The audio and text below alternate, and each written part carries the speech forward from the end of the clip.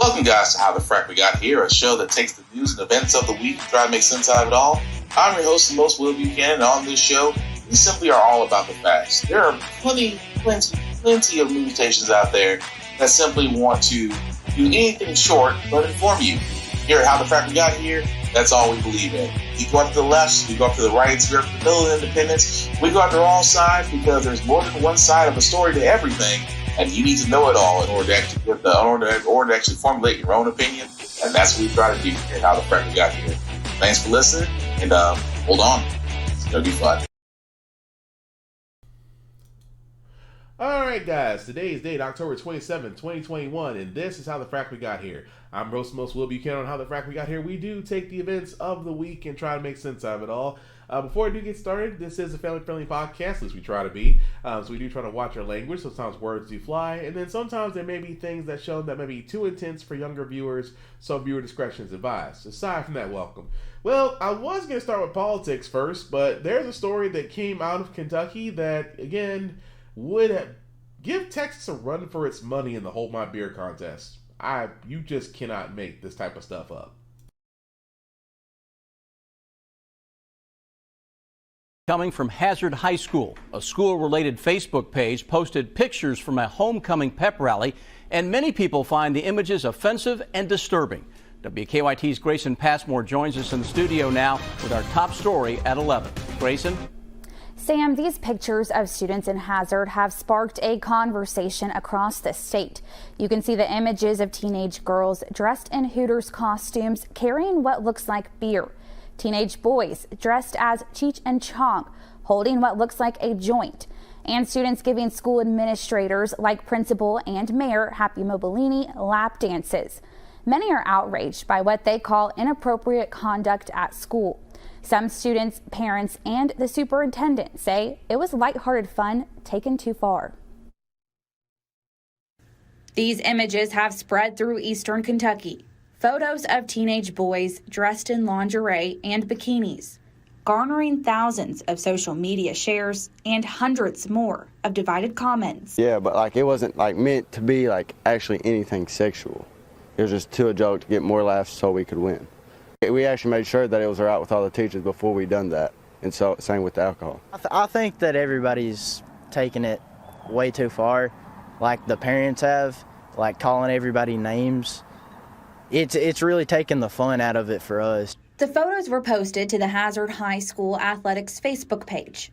While the pictures have since been taken down, Superintendent Sandra Combs says the investigation into the homecoming pep rally began Wednesday morning. In a statement, Combs described the events as lighthearted activity that simply got out of hand, going on to apologize for what you see here. Combs also outlined 3 steps she says the district is taking to prevent future issues like this one. First, she said appropriate disciplinary action has been taken following the investigation, saying this is a personnel matter, so they are not allowed to disclose specifics of the discipline. Second, Combs said moving forward, a student activity committee will be developed to review all student-led activities, which should prevent any such skits from being performed in the future. Lastly, Combs said the district will use this as a teaching moment. They will now provide social media training for students and staff. In her statement, Combs continued, saying future costumes will be required to meet the dress code for both girls and boys, and any costume referencing drug or alcohol use will be strictly prohibited. I also reached out to the school board. Only board attorney Sam Collins responded, telling me to refer to the superintendent's statement. We're following a controversy coming from... Okay, so let's think about this for a second. Hazard, Kentucky, take whatever joke you have off the plate, because I've pretty much got the same idea. The crazy part is, young women dressed up in Hooters gear, holding alcohol-like substances. Guys dressed up like Cheech and Chong. Young men dressed in lingerie and bikinis and giving lap dances to the faculty. So, whatever happened to zero tolerance? And I was like, when I first, because I wasn't the first person my girlfriend told me about this, and when I found the story before I started this recording, in my mind I was thinking to myself, you about to lose your job. And then you hear the superintendent's like, oh, slap on the wrist. It happens. It's lighthearted fun. It really went too far. What was it? Here's my thing. What was the too far point? Because, women dressed up in Hooters. Wasn't there a whole thing on Netflix where people literally lost their freaking minds over a single special about a dance off with young women dressed up in scantily clad wear, and the woke nation over Netflix lost their mess. They lost their mess over Dave Chappelle right now, but they lost their mess over that special. Flash forward, and next thing you know, fast forward almost 8 months from then. Now all of a sudden, Hazard, Kentucky decides to have a little bit of a school pep rally, I guess, and it went way beyond. It went way beyond because who okayed this? Of course the students, well, we just thought this was just good lighthearted fun. Some people just really blow this out of proportion, and we cleared this with the teachers first before we did it. Oh, we know, because at the same time, this is the stuff I've been saying, that you wonder the culture, and I say this before, I said the culture that we're in comes from places like that, where they saw nothing wrong, where the teachers saw nothing wrong with the way these students were dressed, the antics that were taken, and that the superintendent, even though if they say disciplinary action was taken, that's under code for nobody got fired. And in my mind, I'm like, yes, that's a big oversight, not only by the teachers and the faculty, but the principal himself. It starts off with the head and it works its way down. That you now have to institute, in my mind, which is the superintendent was saying, well, we're instituting zero tolerance policies. Where were they from Jump Street? At the same time, you're sitting there saying, well, we're going to institute a social media training for students. Students didn't put this up on the Facebook page, since this was the school's Facebook page. So again, welcome to the culture that they have no problem with, because that's the type of, those kids are going to grow up into those same adults that question everything except their stupidity. We're just seeing the genesis of it all. And the fact of the matter is, that lets you know how bad education is when you can literally have pep rallies like that. Nobody gets fired. Nothing changes. She can sit there and say all she wants to, that we're gonna make sure this never happens again.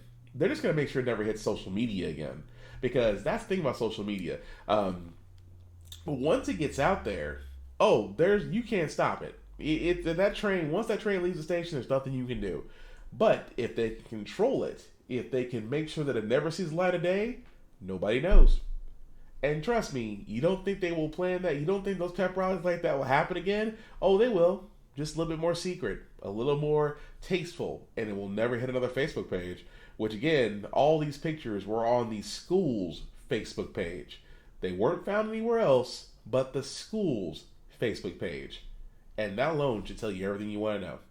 But moving right along, guys, I did want to cover this next point. Like I said, the midterms. 2022 is not too far off. We're not a few days from Halloween, a few weeks from Thanksgiving, and a whole month from Christmas before we hit the New Year's again. And 2022 is around the corner. You guys have been hearing me say this all year. The Republicans are looking forward to 2022. That's where the midterm elections come in. The Senate and House of Representative seats will be up for grabs. And do not think for 1 second Republicans are not already strategizing. Do not think for 1 second that Trump is not already out there campaigning. Even so, right now he is campaigning for 3 people in 3 different states. But the problem is with anybody who Trump elects, they have issues. Observe. Donald Trump defied political norms, and he's doing it again post-presidency, with a round of endorsements for candidates whose troubled histories have come under scrutiny. Trump throwing his support behind Herschel Walker's Senate campaign in Georgia. Great, Herschel. What a guy. Sean Parnell's Senate push in Pennsylvania. Sean is a star. Sean Parnell. Or Max Miller's quest for Congress in Ohio. We had some really great people.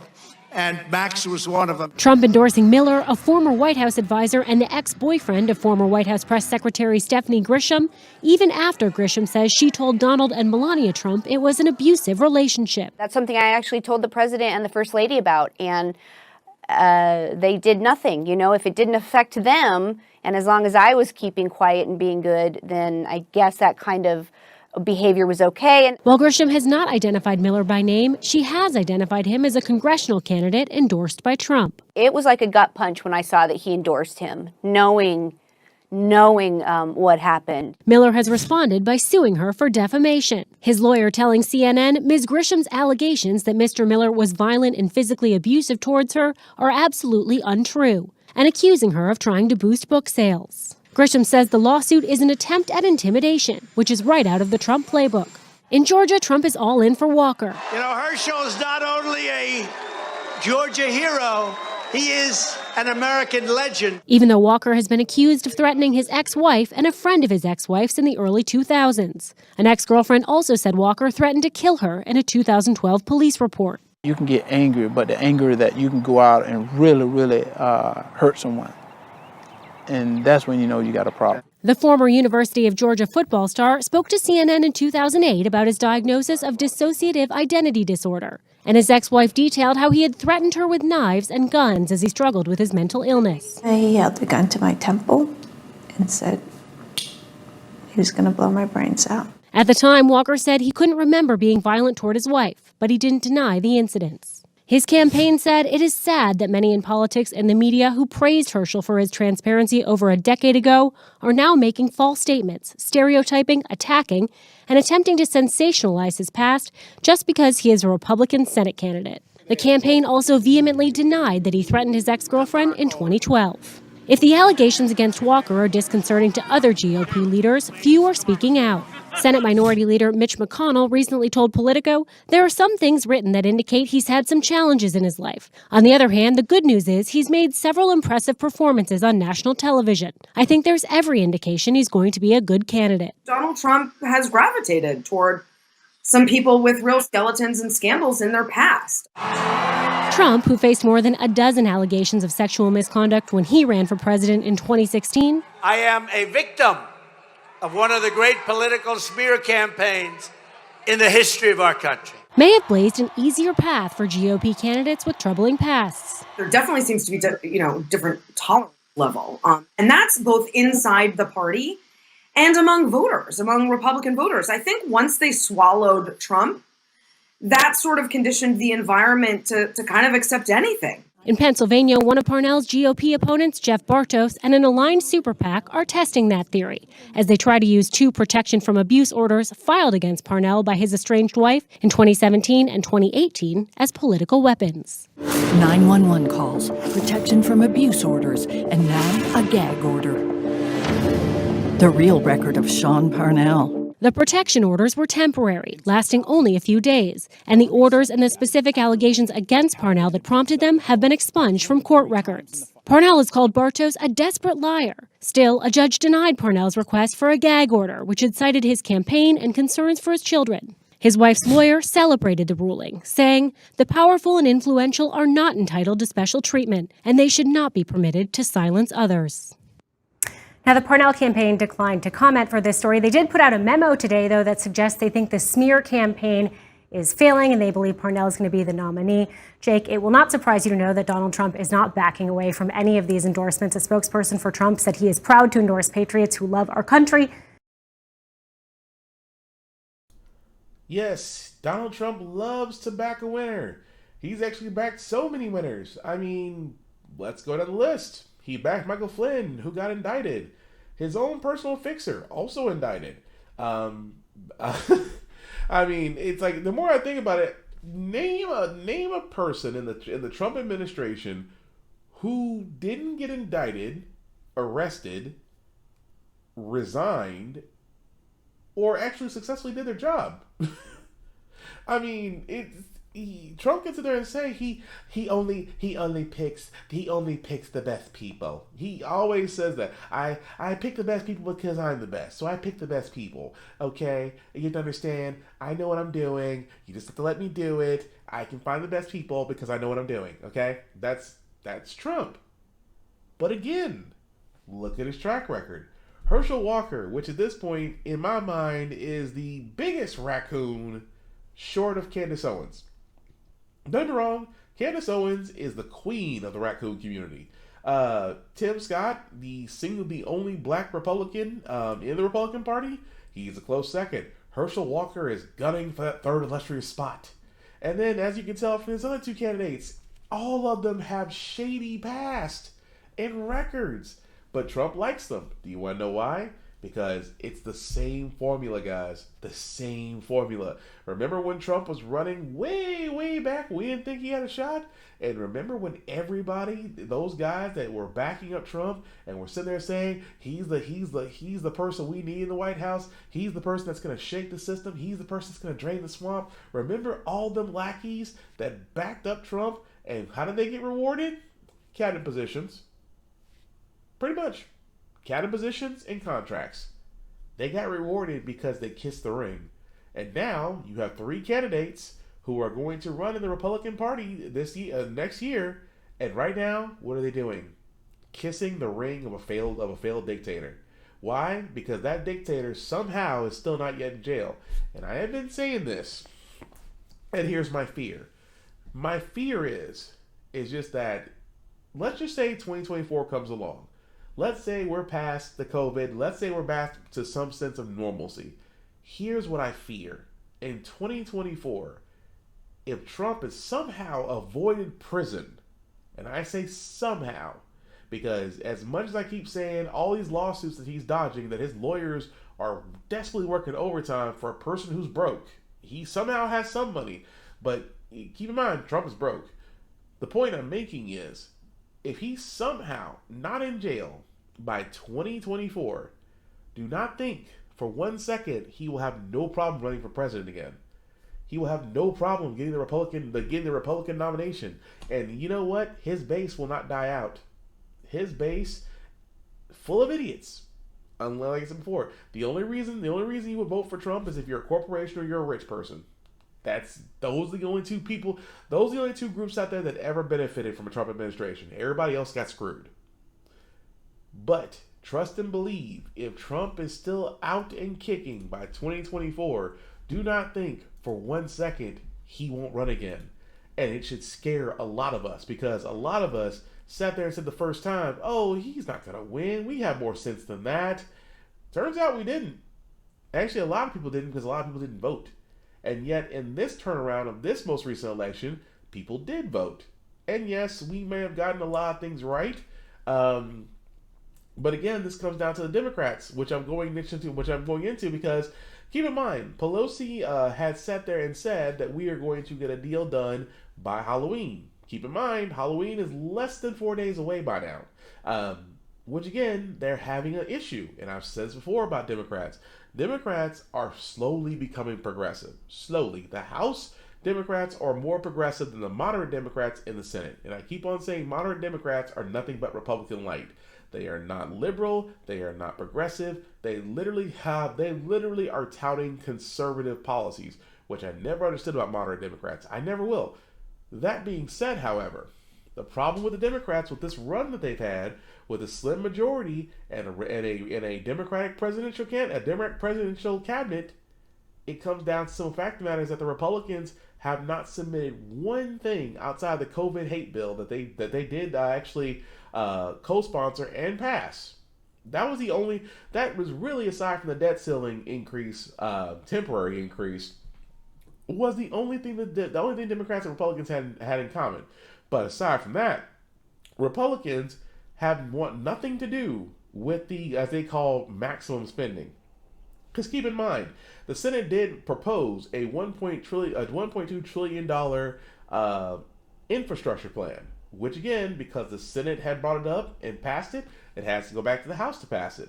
Which, here's the problem. The Senate Democrats have already passed their $1.2 trillion infrastructure bill, and they need the House to go ahead and pass it. House, keep in mind, is full of progressives and saying, wait a minute, we still have to hold on to our campaign promises that we've made to the American people. We sat there and said that we want, to expand Medicare, that we wanted to raise the minimum wage, that we wanted to start including childcare, start including tax community college, and actually having them pay it for free. And again, it's amazing that when it comes to Democrats, you would think the only time they ever kumbaya is election time. But whenever it comes down to brass tacks, and whenever it comes down to them actually getting something passed, here's the problem. You're always going to find, and you would think a handful, but it's not a handful this time. It's two. Two senators, Manchin and Sinema, who are the roadblocks. Even more so to the next bit. Again, keep in mind, Pelosi was asked on CNN how she felt about Sinema. Look at her reaction.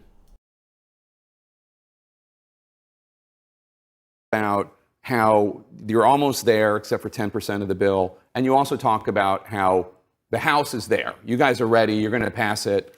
And it's really these two Senate holdouts, Sinema and Manchin. Are you frustrated with them?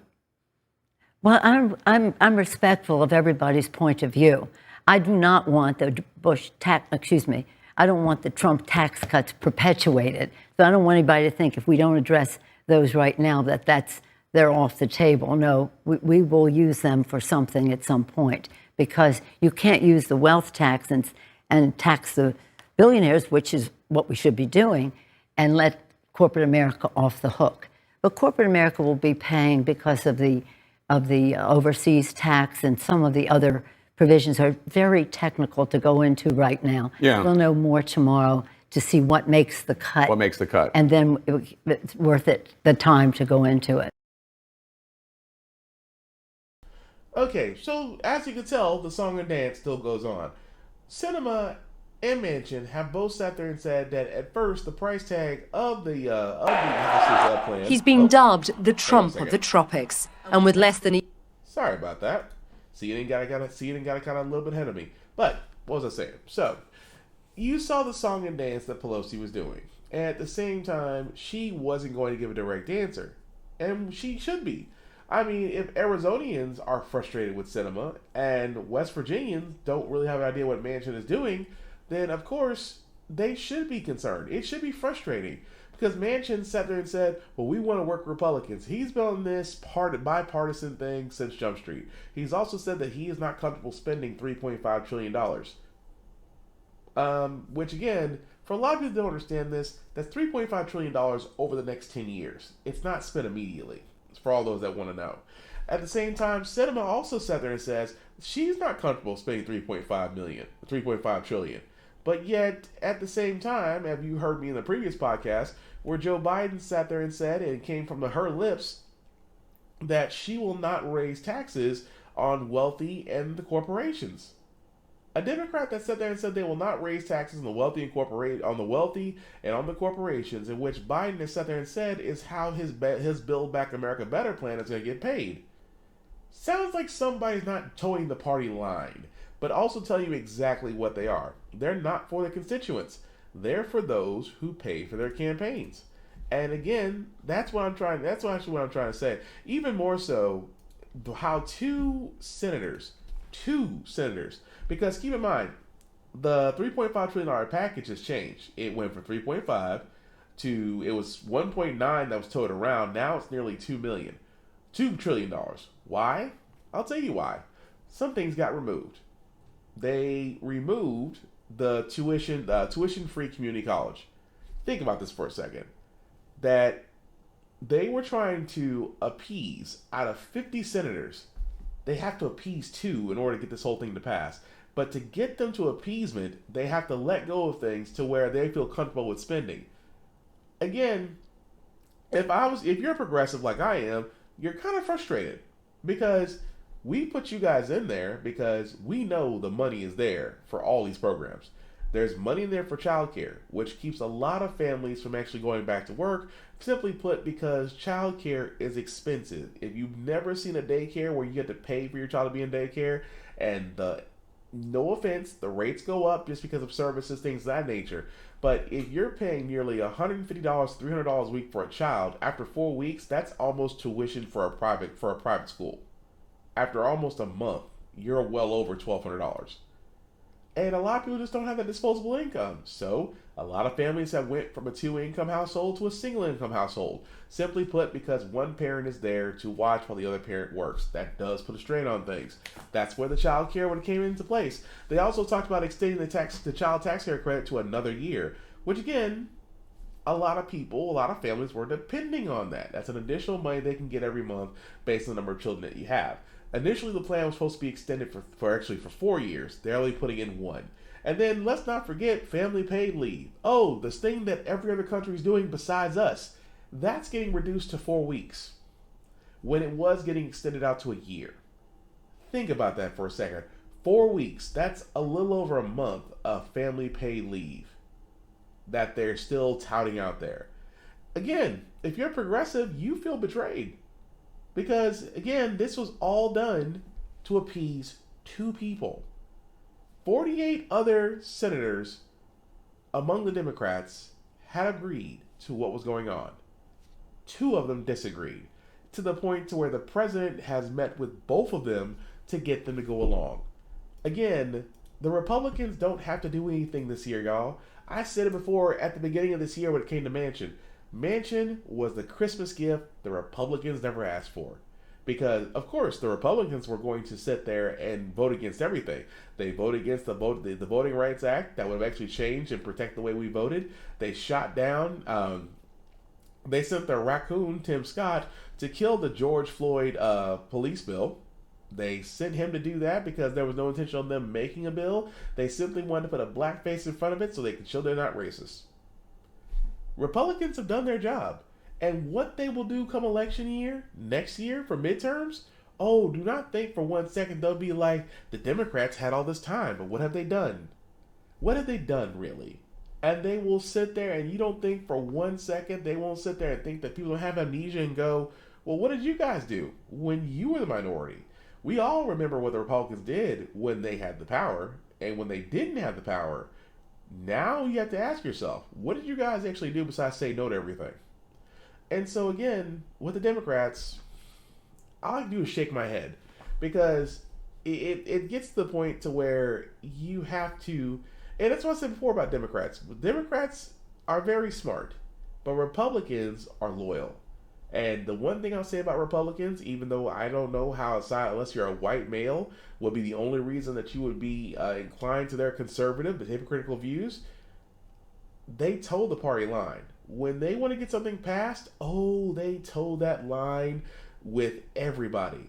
But you know what happens if you don't toe the line? You get excommunicated. Don't believe me? Check out what's-her-face? Liz Cheney. Check her out. Remember when I sat there and said, she voted to have Trump impeached. And when it fell through, what did Trump do? He had her removed from Republican leadership. But yet Marjorie Taylor Greene and that other guy, Matt Gaetz, is still going around making boatloads loads of money. But both of them have been in massive violations.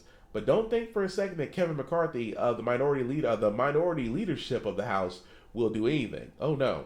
And don't expect Mitch McConnell to do anything about Matt Gaetz. Again, it's a pack mentality. The only time it's ever against it, if you go against the will. But the Democrats, where they mess up, is that when it comes down to it, if it's not election year, you simply cannot get them to agree. And the thing about it is, if you're so effing smart, Democrats, why is it when it comes down to getting things done for the American people, you simply cannot agree?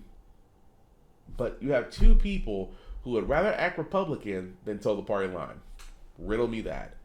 But moving right along, guys, I did want to cover again, we do have some news on the COVID-19 vaccine front, that the FDA panel has approved a child vaccine. Check it out.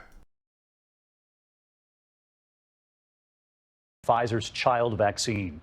Tonight, an FDA advisory committee has endorsed the first COVID vaccine for children 5 to 11. We know many parents at home still have questions, so Dr. Jha is here in a moment as well. But first tonight, the new details. That key FDA advisory panel reviewing Pfizer's data which they say shows the vaccine is safe and 91% effective at preventing symptomatic infection in children. The experts today weighing the benefits against the risks. One FDA official arguing children 5 to 11 are, quote, far from being spared the harm of COVID. Not just the primary symptoms, but possible long-haul symptoms too, brain fog and other symptoms that could affect school down the road. As we all know, the FDA usually follows quickly with an official authorization, then the CDC, which means shots could begin for the 28 million American children eligible by next week. ABC's Steve Osunsami leading us off tonight from the CDC in Atlanta.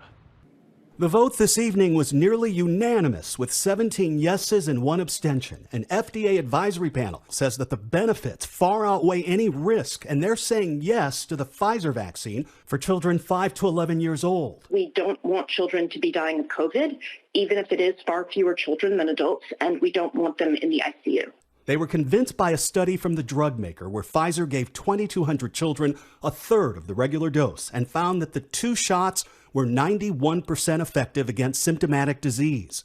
That's an incredible finding. That's actually more effective than a lot of routine childhood vaccines we use. Pfizer says any side effects from the vaccine were mild and that none of the children came down with myocarditis, a rare swelling of the heart muscle. 8-year-old Sebastian Prybal in North Carolina says the only thing he felt was a sore arm and a slight fever for a few days. All done. You did it. Was that bad? You did so well. He was part of the trial and will soon learn for sure if his shots were real. You might be a little scared at first, but honestly, it can help others and it can help your families. It can help you not get sick. Here's what health officials are trying to fight. Nearly 2 million American children in this age group have gotten sick during this pandemic. More than 8,300 had to be hospitalized, a third of them in the ICU.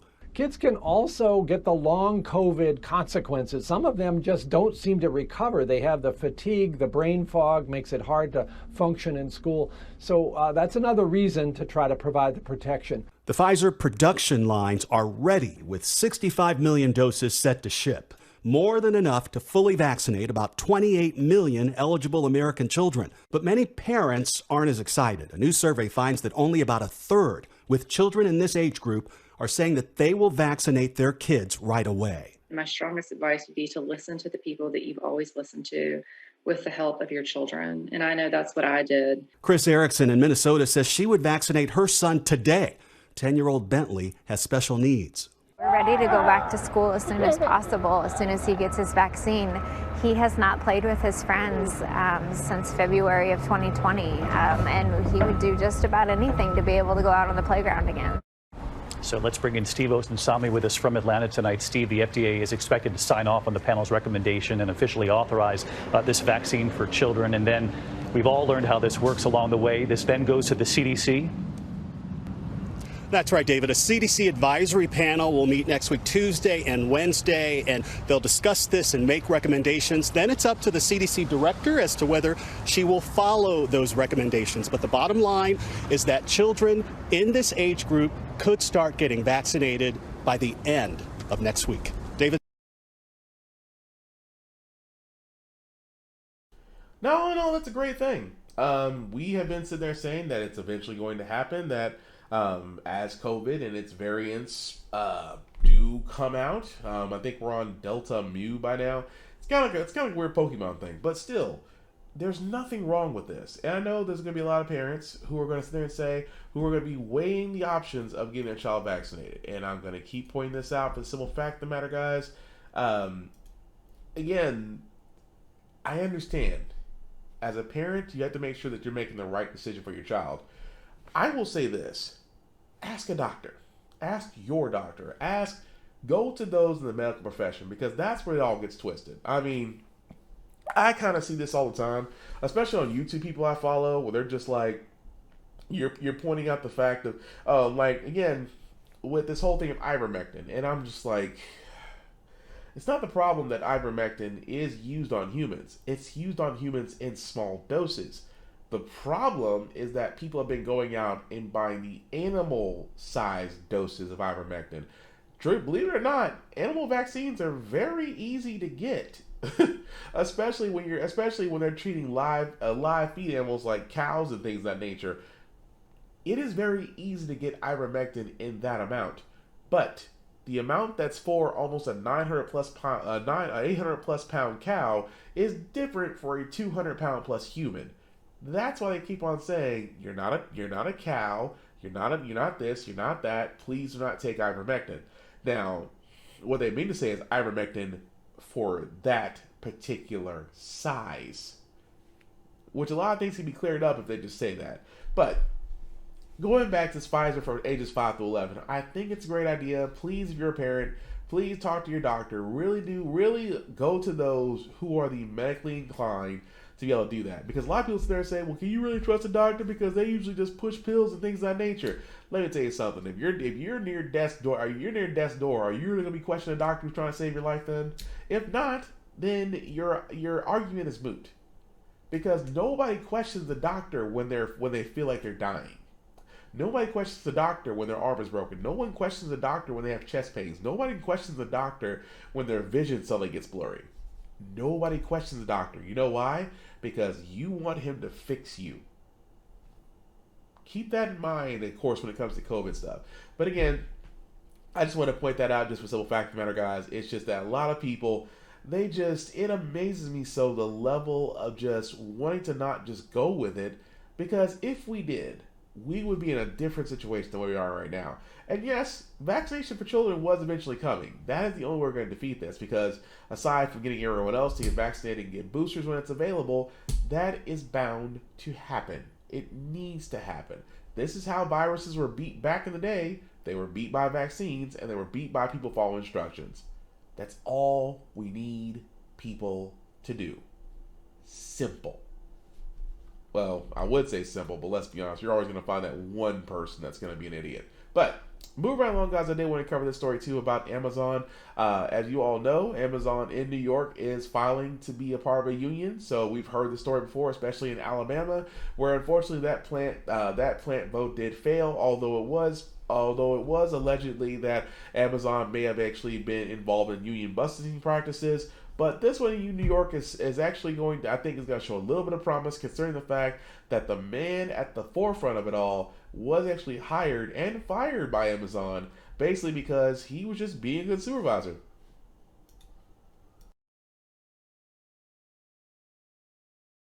Labor right now, or labor that wants to be organized. In New York City, warehouse workers at several Amazon facilities officially filed their intention to hold a vote to unionize, to form a union there. Amazon, a famously non-unionized company, the National Labor Relations Board now looks at this, and they could decide to validate the workers' request as early as today, and that would mark Amazon's second unionization vote in less than a year. That move would allow workers to fight together in a union for higher wages and job security, safer working conditions, all of it. Better paid time off and more. So Christian Smalls, who's a former employee at Amazon, he was fired in 2020 after organizing a walkout to protest unsafe working conditions amid COVID-19. He collected the signatures of more than 1,700 hourly Amazon workers calling for federal labor officials to authorize a union vote. Christian, thanks for being here. It is such an important moment for Amazon, for the workforce in the country. It does feel like labor is getting more activated. For the last 6 months, you've worked as the president of the Amazon Labor Union, calling for the unionization of Amazon. So how's it going? It's going good. Yeah, this is an exciting day for us Amazon workers, and not just Amazon workers, but as you mentioned, all workers all across the nation, any industry right now. The labor movement is booming right now. We're happy to be a part of that. So, Christian, an Amazon spokesperson actually came forward and said in a statement that the company, quote, we don't think unions are the best answer for our employees. I think I know what you're going to say to that, but tell me what you think about that statement. And also, if you don't mind, walk us through why Amazon has continued to resist employee efforts to organize. Well, that's exactly right. You know, I wouldn't be sitting here today trying to file a petition if employees, the employees of Amazon didn't believe that they need better protections. Yeah, you know, this moment right here, and the fact that these workers are organizing themselves, that just speaks volumes. Amazon of course, put profits above people. We saw that in the middle of the pandemic. Jeff Bezos doesn't make $88 billion just by a thin air, a magic trick. These workers, including myself, who was a former worker, we put our lives on the line every day, delivering packages, working in the warehouses, and we're not being protected. We're not being treated with respect. We're not being paid the wage that we should be. And now is the time in the labor movement, once again, to fight back and stand up for our protection. So that's exactly what we're trying to do here today. And it is an uphill fight at Amazon, isn't it, Christian? I'm thinking of that effort in the Amazon warehouse in Bessemer, Alabama, earlier this year. They tried to form a union. It was contested back in April. Nearly 70% of those warehouse workers ended up voting against the measure, voting against unionizing. Now, you pointed out the cost of living in New York City compared to the South is much higher. But do you think that New York employees at Amazon are different, and how so, from the Amazon workers who eventually sided with the company? Yeah, absolutely. This is New York. This is a union town. The energy is different. The morale is different. The way we organize is different. And we're surrounded by unions. Even Amazon workers, the workers that we signed up, majority of them get off the public trains, the MTA drivers. They've been supportive, informing them the benefits. We see the construction workers building the Amazon warehouses. They're unionized. Police officers, fire department, they're all unionized. Sanitation, they're all unionized. We're all surrounded by unionized workers. So Amazon workers are seeing the difference in the way they're being treated and the way they're not being treated at Amazon. So that's why we're here, to try to get them same protections and them same job benefits as an actual bona fide union. Well, I'll tell you what, you and other organizers are fighting to give Amazon workers a voice in that company and a chance to negotiate their rights. That is so clear. So if the outcome is similar to that, say, in Alabama, and voters are not in favor of a union, what will your next steps be, Christian? Well, I don't like to speak negativity. I think that we're going to win here. I'm going to speak it into existence. When we're successful, when we're successful, we're gonna spread like wildfire. We're gonna organize any facility that has interest, and that I think even if we was to, let's say, hypothetically lose, I think there's enough interest in the building that they can be self-recognized. That might be another card that we might play further down the line. But I think that we're going to be successful. The way we've been organizing, the trending of the way people are coming to us, as far as the employees that sign up for the union every day, they're paying attention now. They've seen the loss, they've seen the difference. And I can tell you, after 6 months of campaigning, this has been a very historical moment for myself and for everybody that's involved. And I know that here in New York, we're going to be the first one to get it done. Christian Smalls will follow it. And by the way, I appreciate my Amazon delivery guy every time I see him rolling up to my steps. Yeah, that was a terrible segue. You're going to talk about labor rights. Oh, I so appreciate the Amazon person that comes to my door. When you shoot, you miss. But again, this is another attempt. And again, I keep saying this, guys. In the world where we are literally, everybody is striking and everybody is literally finally, and I'm kind of happy about this. I'm happy about this because people are finally waking up. And and I'll be honest with you guys, I am not complaining. I'm not at all. Why? Because a lot of people, and I say this before, you always run into this whole thing of nobody wants to work. And every time I hear that, I'm just like, well, how do you mean? Nobody wants to work crappy jobs. Nobody wants to work jobs where you're killing yourselves 40 plus hour work weeks, and you don't even have enough to pay a bill, much less a few bills. You don't have enough to pay for a home, a car, tuition, food, utilities. I can keep going down the line here. But when you don't have those things, of course, people are going to sit there and they're going to go, I'm sitting here killing myself while billionaires are rich. You have Jeff Bezos and Elon Musk and Richard Branson all trying to figure out how to get to space first. And it's just like the billionaires in a pandemic are doing profits. Corporations in a pandemic are doing profits. But everybody else in the middle income class and below are suffering. And so I love the fact there are plenty of strikes going on. I've even said to myself, unions work. The one thing that a corporation hates above all else is a union. You know why? Because unions, again, 40-hour work weeks, paid time off, health insurance, and my personal favorite, made sure that they had safety regulations put in place just to make sure that you didn't die on the job. Because there's no such thing as corporate loyalty. There isn't. Trust me, believe when I say this, in my 38 years on this earth, I can sit there and say above all else, there's no such thing as corporate loyalty. When you go, that job opening will be up faster than your obituary in the newspaper. That just goes to tell you, that alone should tell you everything you should know and why you should be getting the most you can, because they will be getting the most out of you and paying you the minimum and expect you to be happy about it. So of course, I am rooting for this Amazon Center because again, it only takes one. I say this all the time. It only takes one. Once one gets in the door, they all follow suit. And trust me, if this Amazon is able to unionize in New York, do not think for 1 second other Amazon sites will come on board. Because Amazon thinks, oh, but we're paying you guys this much and you're getting benefits for day one and you're getting all this. Why are you complaining? Because you're not always hiring through Amazon directly. You're hiring through contractors. I can tell that from Tennessee, from the state I live in, because that's what Amazon does. Hires through contractors, so that way they can skip around the whole paying you on, you get this, all this on day one. Because you're not being hired through Amazon.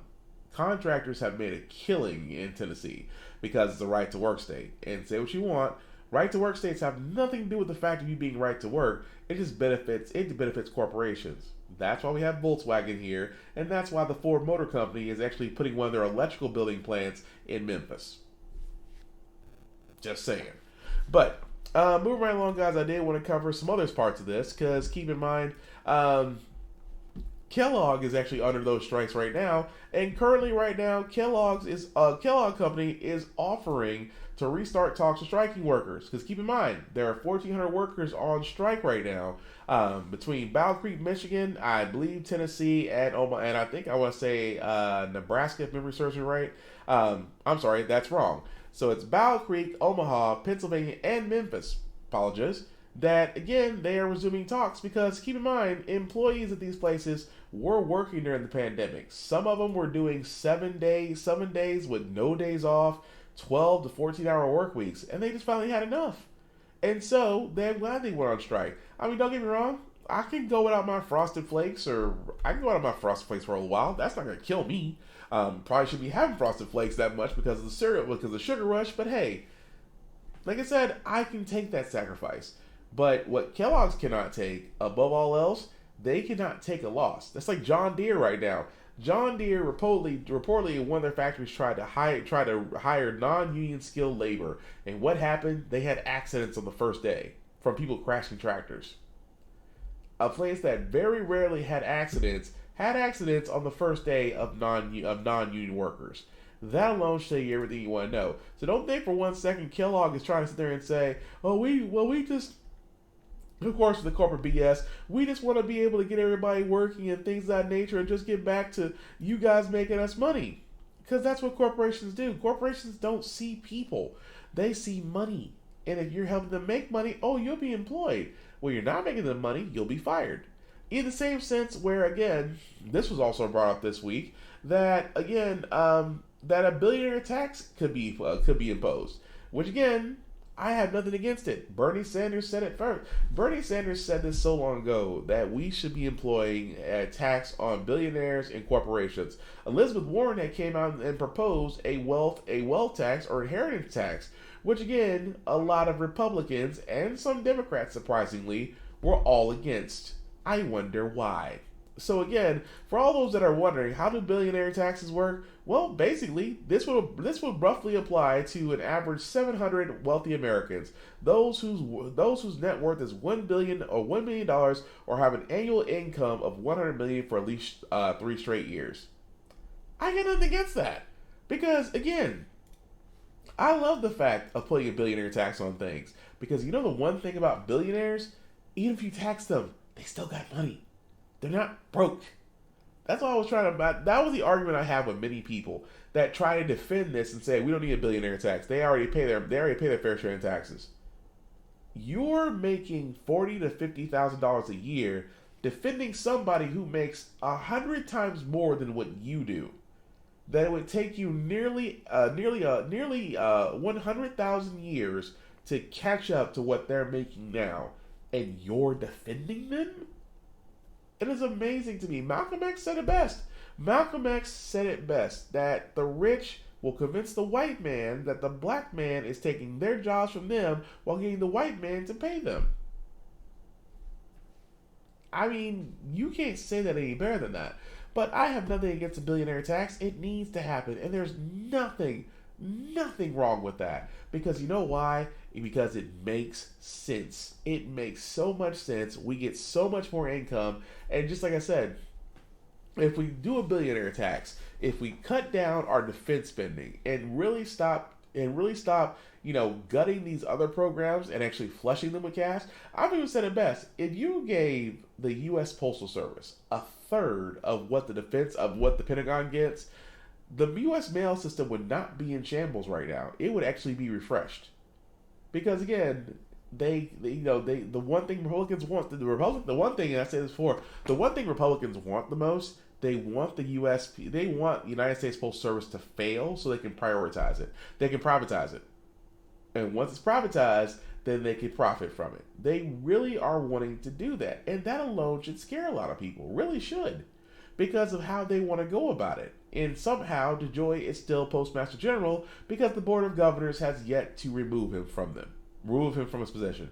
For a lot of people who don't know that, because for the Postmaster General, it cannot be removed by the President. It has to be removed by the Board of Governors. And they are being very slow in getting to that. Just saying. But, moving right along, guys, I did want to get to this story for Kyle Rittenhouse. For all those that don't know, he was a guy in Kenosha, Washington that decided to go defend businesses that don't even know him with a gun he shouldn't have had and decided to kill people. But, in this case, however, there's certain words you can't use during the trial for Kyle Rittenhouse, but no rules against how to name his people he assaulted. Again, I wish I could make this up. And a major development in the case of Kyle Rittenhouse. He is the 17-year-old, accused of shooting 3 people in Kenosha, Wisconsin during a protest against police brutality.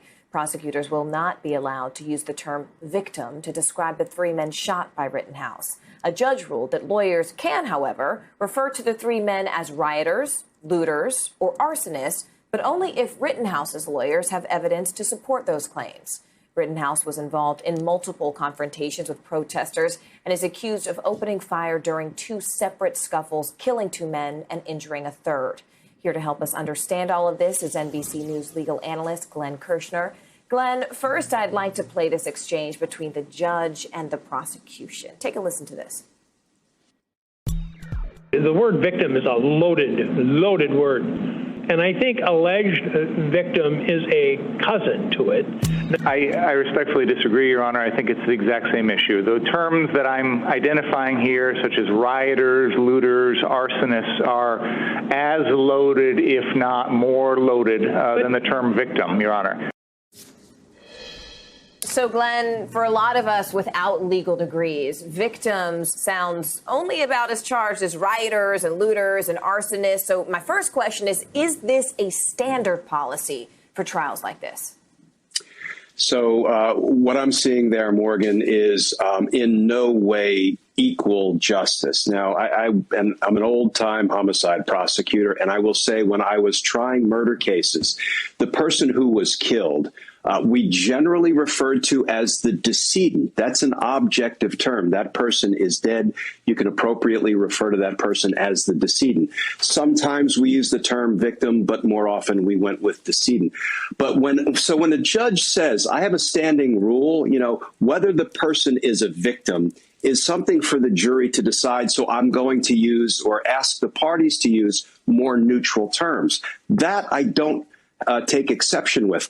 But when the same judge turns around and says the term victim is too prejudicial, but I'm going to let Kyle Rittenhouse's defense attorneys refer to the victims, the people who were shot and killed, the one who was shot and survived, as arsonists and rioters and looters, that is no kind of equal justice. He is showing himself to be interested in stacking the deck in favor of one litigant and against the other. You know, using terms before a jury to describe the folks who were injured as looters and rioters and arsonists, it all almost has a feel like, you know what, they had it coming. Those are conclusory terms, derogatory terms, I would argue dehumanizing terms. So this judge, in my estimation, is seeming like he's trying to stack the deck in favor of the Rittenhouse defense.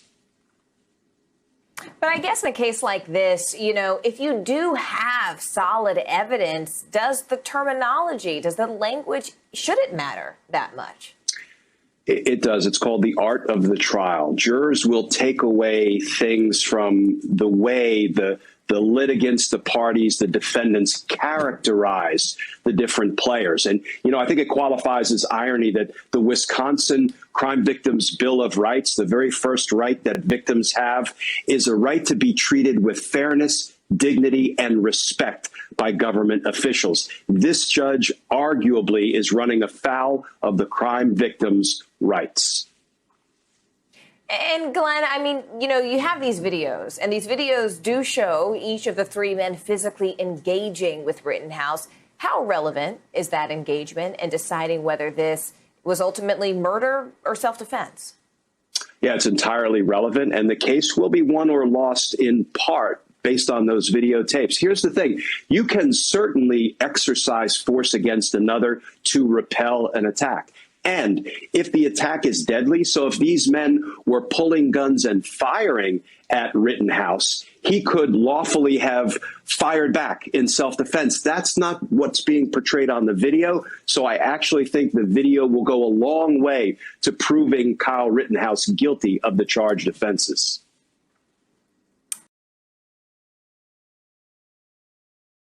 Okay, so again, what do we get from this? That the judge is very, very impartial to the other side. That whole thing of, well, you can't call them victims. Well, what do you think victims are? That's like saying if I shot somebody and they're wounded and I'm being charged with attempted murder, they are the victims. Simple enough. But, you know, they go that's how you know at this point it just feels like the deck is kind of being stacked for Kyle Rittenhouse to walk. Now, I would like to think that's not going to happen, considering the fact that the people that he assaulted can be called arsonists, terrorists, things of that nature. But again, they were protesting. They didn't actually come to a state. They didn't come to a town they didn't live in with a gun that they shouldn't have, and was driven up there by their mother, who should have had greater sense not to bring their son up there to do all this. But it's amazing to me when it comes to this situation how very, very odd that they are stacking the deck, so to speak, to where it's almost like, it's almost that feeling of, is he about to walk? That's what it feels like. But again, it's just the opening depositions. We will see where it goes from there. I didn't mean to go, though. I did see this also, some breaking news, unfortunately, as I'm reading this from CNN, guys. That the Democrats, unfortunately, with the bill, that family and medical leave have been dropped from the Senate Democratic bill. So, not to go back to a subject, but remember what I said there and said? So, they've killed tuition-free community college. They've killed childcare. And the family leave has now been dropped. So we went from a year to 4 weeks to 0 days. I will never understand this because Joe Manchin is also sitting there saying, and I quote, that he is now wanting to tank the billionaire tax as well. For a bunch of Democrats, they are pulling some Republican moves right now. And again, you don't think that the Republicans are smiling? The Republicans are smiling right now. Why? Because the campaign in 2022 is going to be so much easier for them, because they didn't do anything this entire Congress term. But I wonder what they're going to say in their videos. The Democrats did nothing. They promised you everything, and they couldn't get it done. But we can get it done with less government and more state overreach. Again, it's all a lie, but still, that is the BS they will sell. Because again, when it comes to Democrats, especially with Sinema and Manchin, again, they are looking toward 2022. The one thing that a politician will always do once they're in a certain situation is that they're going to make sure that they hold their position. And Sinema and Manchin, especially Manchin actually is in a state that overwhelmingly voted for Trump. It's a coal state. Coal is becoming a dead industry, and coal miners there are just slowly embracing that inevitable point. But Joe Manchin again is going to do what a Republican does, and again I wish Bernie Sanders has called him out on it. AOC has called him out on it. All the progressives have called him out on it. But where's Schumer? Where's Pelosi? Now Pelosi's going to have really egg on her face. Keep in mind, she said they were going to get this passed by 31st. So out of the $1.2 trillion package that was passed by the Senate, may not get passed by the House, because now the progressives are going to be like, hold up, you guys want us to pass your plan, but our plan gets gutted? Nobody's plan gets passed. And so again, Democrats not tying the party line. We shouldn't be surprised. But come midterms, I'd like to sit there and say the Democrats are, some Democrats are going to get booted out, and I think some Democrats are going to get put in. But my initial fear is that the Democrats will lose either the House or the Senate. One of the two. They may not lose both. They may lose one. If they lose one, then welcome to a deadlock Congress. That's all I'm saying. But moving right along, guys, I did want to cover this next story that's going on with Howard and Howard University. And I'm going to be honest with you guys, I am really shocked about it. Students at Howard University fed up with what they are calling unsafe living conditions. Student videos showing what appears to be pipes burst, insect infestations, and mold under beds and covering the walls. Coughing up blood. I was coughing so bad I coughed up blood. Coughing for hours straight. Students we spoke with say the mold is growing throughout the halls of the university dorms in Washington, D.C. Are you guys in the same building? No, I live in... You guys are in different buildings? Yes. Two buildings, both of you coughing up blood? Yeah. Both students are now living on the floors of the university cafeteria. Other students sleeping outside in tents and in sleeping bags, reporting to the university and posting on social media issues ranging from Wi-Fi connection problems to insect and rat infestations, like sophomore Tia Scott. My own room, we had a mice infestation with blood everywhere and everything. It was a horrible situation. Scott now among the nearly 100 who have vacated their rooms, according to the students we spoke with. She is camping outside for a second week. Right now, sleeping in a tent outside in the cold at night, trying to study for my midterms and keep my grades up while all of this is happening. Students now calling out the administration. I'm paying $5,000 for mold in my dorm. I'm paying $5,000 for rats. Even leaks in their dorm rooms. How many students do you think then are exposed to this right now? Hundreds. NBC News could not confirm the number, but Howard University did not respond to our request for an interview today. Last week, the university issued a statement saying, in part, members of the administration have also toured and inspected every residence hall on campus and are addressing any documented facility issues directly with our third-party housing managers. The results of our inquiries affirm that the issues are not widespread. That hasn't been enough, though, to satisfy many students. Another one of those students, Tamira Kelly. She is a freshman from out of state. She says she has no family nearby or anywhere off campus to move. Most of my shoes in my closet, mold on my clothes, mold in our air vents, mold on my fan. There is mold everywhere. You were breathing mold. I was breathing in mold, and as someone with asthma and respiratory issues in general, that was terrifying. I couldn't stay in there. My parents didn't want me in there, so I had to get out of my room.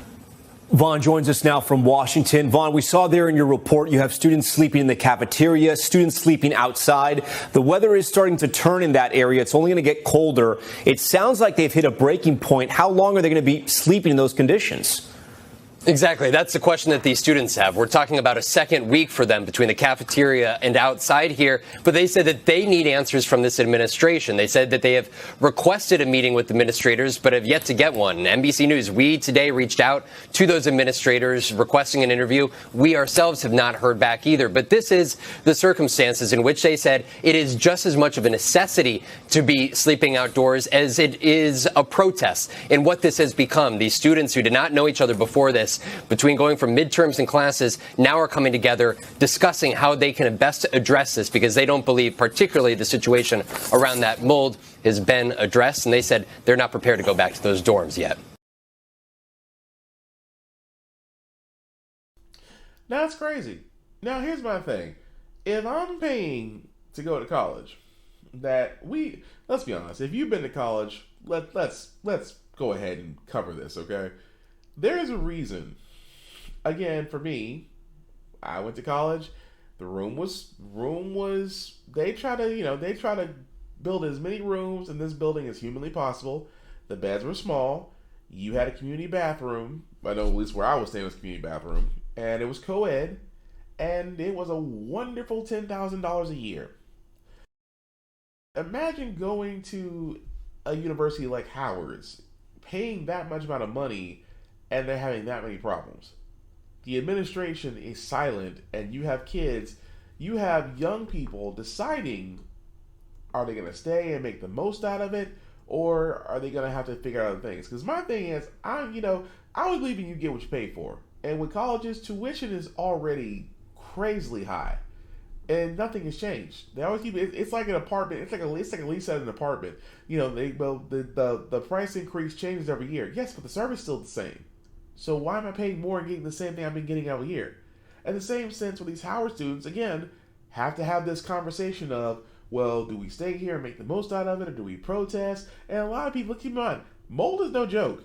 Mold can cause so many respiratory issues if breathed in and it's on your clothes. And I mean, if it gets on your clothes or it's in the wall or drywall, it is beyond the point to where it can be freaking annoying. And it is just it's messed up. It really is messed up. Even more so to the point to where it's just like it is how does one sit there and have to consider keep going to school, and at the same time winter is coming? Let's say Washington D.C., folks.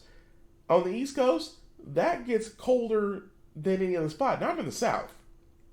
I mean, the cold they get is nothing to the cold we get. At the same time, when you have students sleeping in cafeterias and outside, but still going to class, that again needs to be addressed quickly and thoroughly. And the silence from the administrators is not helping their case at all. Really isn't. But before we get to our last story, before we get to our feel good segment, is Governor Ron DeSantis. And again, I'm not talking about his picture of him showing with underage girls, drinking. No, that would be very Republican and not surprising. I am talking about basically him saying, addressing the police problem by saying he wants to give $5,000 bonuses to unvaccinated police officers to relocate to Florida. Keep in mind, a lot of police unions and areas around the country are all starting to do mandated vaccines. We saw it in Chicago, where nearly 30% of their police force is unvaccinated and therefore will be put on a no-pay status. So, what Florida governor and Trump puppet Ron DeSantis said that he hopes to sign legislation that will award $5,000 bonuses to out-of-state law enforcement who refuse to get vaccinated in violation of their local vaccine mandates, and will ask them to move to Florida to work there instead. That's saying a lot. Keep in mind, this is why I keep on saying, between Florida and Texas, it is the competition of hold my beer. It really is. So again, $5,000 for out of state law enforcement to come down there and work vaccine free. Yeah, I wonder how that's gonna work out. Considering that every time there's been a super spreader event, cases have increased, ICUs became overrun. Nurses became burnt out as well as doctors and other hospital personnel. This is by far the perfect storm for disaster. But what do we expect from a Trump puppet? That's all I'm saying. So, that being said, guys, we are going to go ahead and move forward to our Feel Good segment, because usually don't have the fact we got here. We cover a lot of stories, a lot of issues out there, sometimes doomy and gloomy and just make you lose your faith in humanity. But hey, it's Wednesday, about to be Thursday, so Friday Eve for some of us. You want to, put a little light, restore some faith in humanity in you. And I think I found that with a story that I have here, which is actually done by the CEO of Spanx. And I keep saying, when businesses invest in people, those people, you reward your faith. I mean, Dan Price, one of the CEOs out there. His story is one of those, that he invested in people, and that actually came back to benefit him greatly when a lot of people sit there and said that he would fold. Well, the CEO of Spanx decided to do something great for their employees.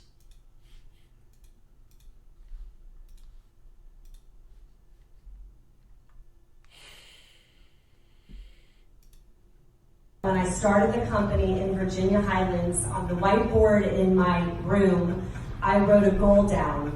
And I said, this company will one day... Sorry. I said, this company will one day be worth $20 million. And everybody laughed at me. And, I said, I really believe that. And so to stand here today and think about what we've been able to create and what we've been able to do by being authentic and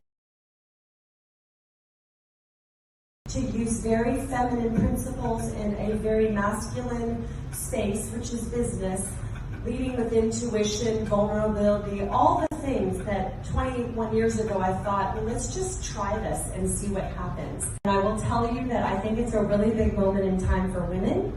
And this marks a moment for female entrepreneurs. There aren't enough women being funded out there. There aren't enough women getting the support. 50% of entrepreneurs are women, and only 2.3% of all VC funding goes to women. So you can see there's a pretty big gap there. Of course, I have my Lucky Red backpack. This is the original. You can see all the dirt on it. Another big milestone in the journey. I wanted it on my back. It makes me feel very secure and happy.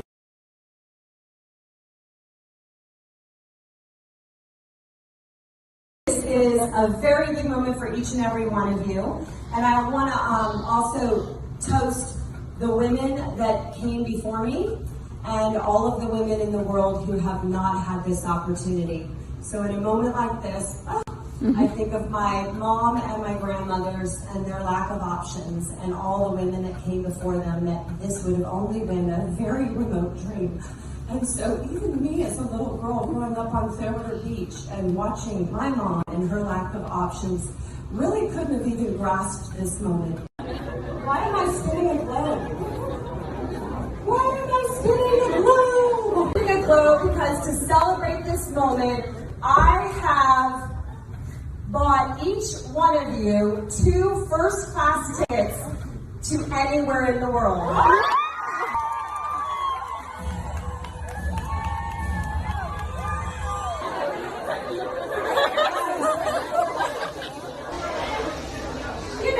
You go on a trip, you might have to, you might want to go out to a really nice dinner, you might want to go out to a really nice hotel, and so with everybody's 2 first-class tickets to anywhere in the world, you are each getting $10,000.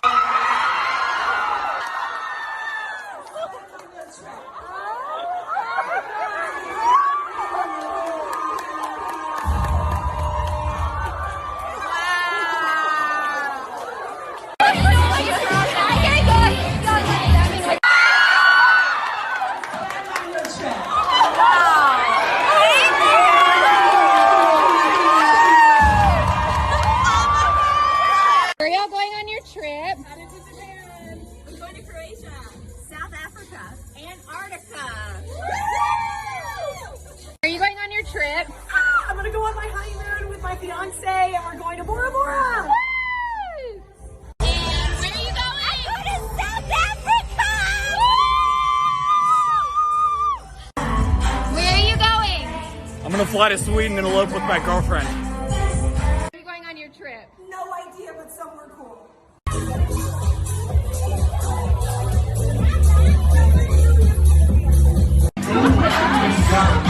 money in the bank for the two. Just gotta get enough letters to support this.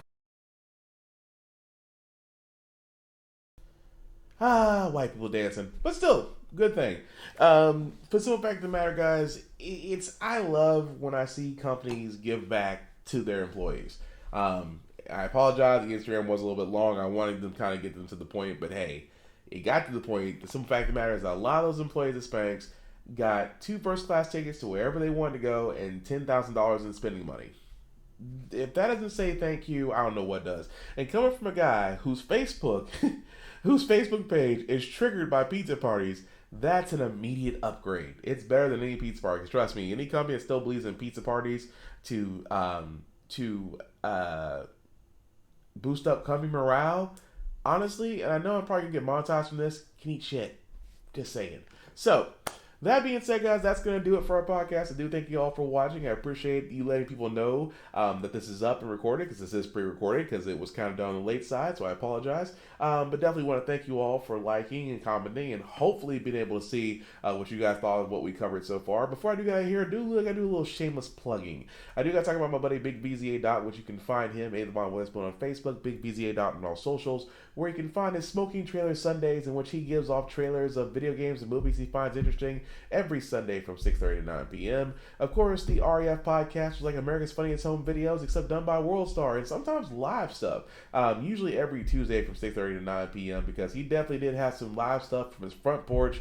Trust me, it was definitely crazy. He also has a video game channel called Making Plays, but all of that can be found under his Facebook page, A.The.Von Witherspoon on Facebook, or Big BZA Dot wherever else. Also, shout out to my buddies over at RE&G Geek Salad. Really appreciate you guys letting me share this on your Facebook page as well. You can definitely check them out on Facebook and YouTube, as they are a geek podcast that usually drops every Friday on different topics and things out there in the world that I do really appreciate their views on. And also, besides me, getting to me, I should say. You know it's pretty bad when I segue myself. The link at the bottom, you copy and paste that in your browser, will take you to my link tree for all of my Facebook and YouTube groups, for all of my podcasts, How the Frack We Got Here, the Offense Podcast, of course, Get Bit. My IG handle, BlackFox447. Definitely follow me there on Instagram, because usually I do post video game reviews, movie reviews, sometimes gym stuff, and sometimes, just inspirational quotes that I come up with that I think are pretty cool. But definitely follow me there. Before I do wrap this up, guys, again, COVID is real. Please get your shots. Please get your booster shots. Please wear a mask. We're not out of the woods yet, no matter what they think. At the same time, we have to help out our medical brothers and sisters. Our doctors and nurses and other hospital personnel there have been through a lot over this almost now coming on 2 years. Let's help them out and do our part, because it's not just about you. When you take care of yourselves, you take care of others, and that's what's going to get us out of this. So, the last thing I'll say about How the Frack We Got Here is all about staying informed. We're not trying to change minds or persuade you. We're simply trying to do what news stations of old try to do. Give you all the information, allow you to make up your own mind for yourself. We do a lot better as a society when we're informed. We're hopefully progressive. We're moving forward. We're righting the wrongs of our history by making decisions and doing the things that should have been done then that we're doing now. Like electing our first Madam Vice President who is black. Still hoping for Michelle Obama and her husband in 2024. Michelle, Michelle, we didn't know the jewel that you were, but we need you to come back. We need you to bring your husband back. Why? It just feels better when a black woman's running things. That's all I'm saying. That being said, guys, that'll do it for me. And if you like what you saw, please let me know. If you didn't like what you see, please let me know. And if you're watching this on the playback, please let me know what you guys think. I still want to know your opinions on everything we discussed. And if there's certain stories or leads out there that you want us to follow, and research, then definitely let me know at How the Frack We Got Here on Facebook and on YouTube. The last thing I'll say, guys, is please take care of yourselves and each other, and we will definitely get through this. Aside from that, guys, I'll see you on the flip side. Peace.